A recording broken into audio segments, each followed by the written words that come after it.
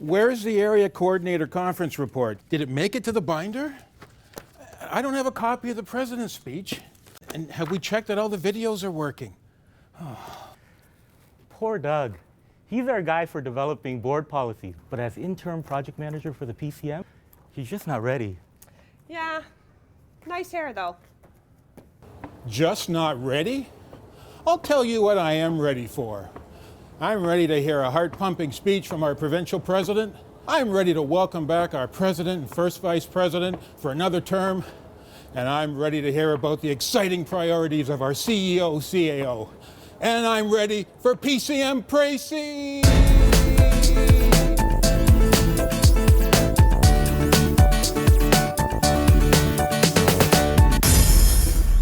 The day before the PCM launched, 220 members gathered for the annual Human Rights and Equity Caucus.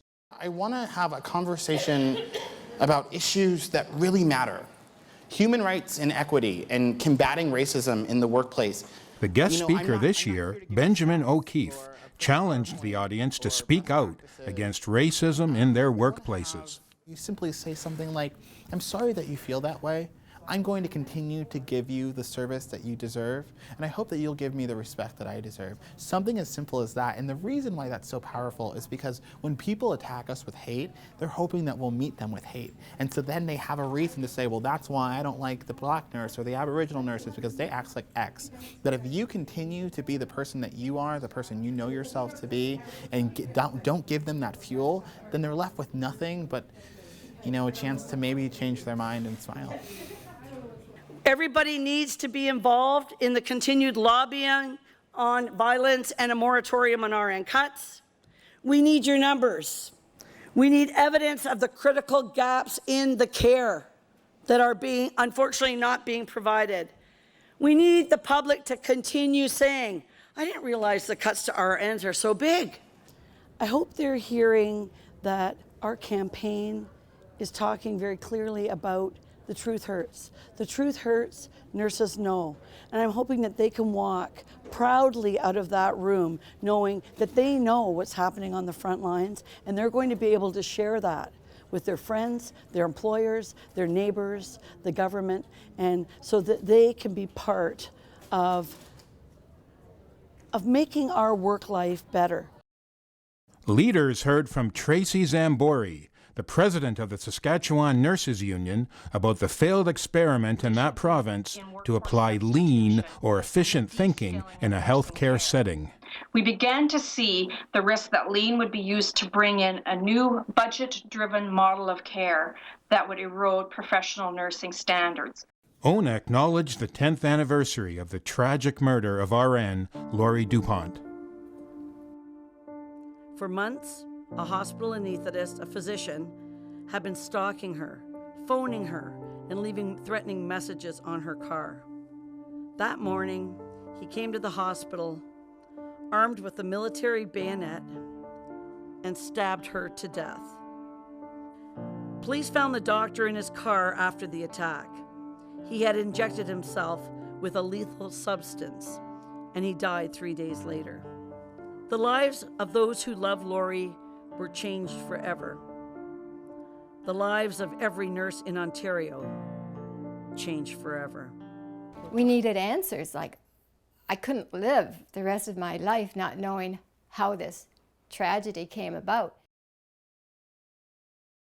Working with this union, both as a unit representative right through to the position I have now, is really about being there, being supportive, being behind members, and stepping out in front of members when there's dangerous situations or there's risk. Preventing violence in our workplaces remains a top priority for ONA. First Vice President Vicki McKenna presented a video of a workshop by her local to promote violence reporting. A nurse, a mental health nurse, had been run over by one of her patients with an electric cart, and that patient in the cart stayed perched on top of her for a while, and the patient was cackling. So this was reported by one of the health and safety reps from another facility. They said that the employer asked her why she just didn't step out of the way. She had severe PTSD and several physical injuries, And what resonated with me is that she committed suicide.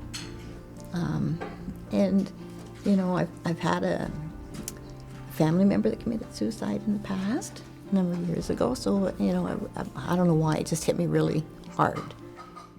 Our CEO, CAO, Marie Kelly, is using her skills as a tough labor lawyer to force employers to safeguard our workplaces.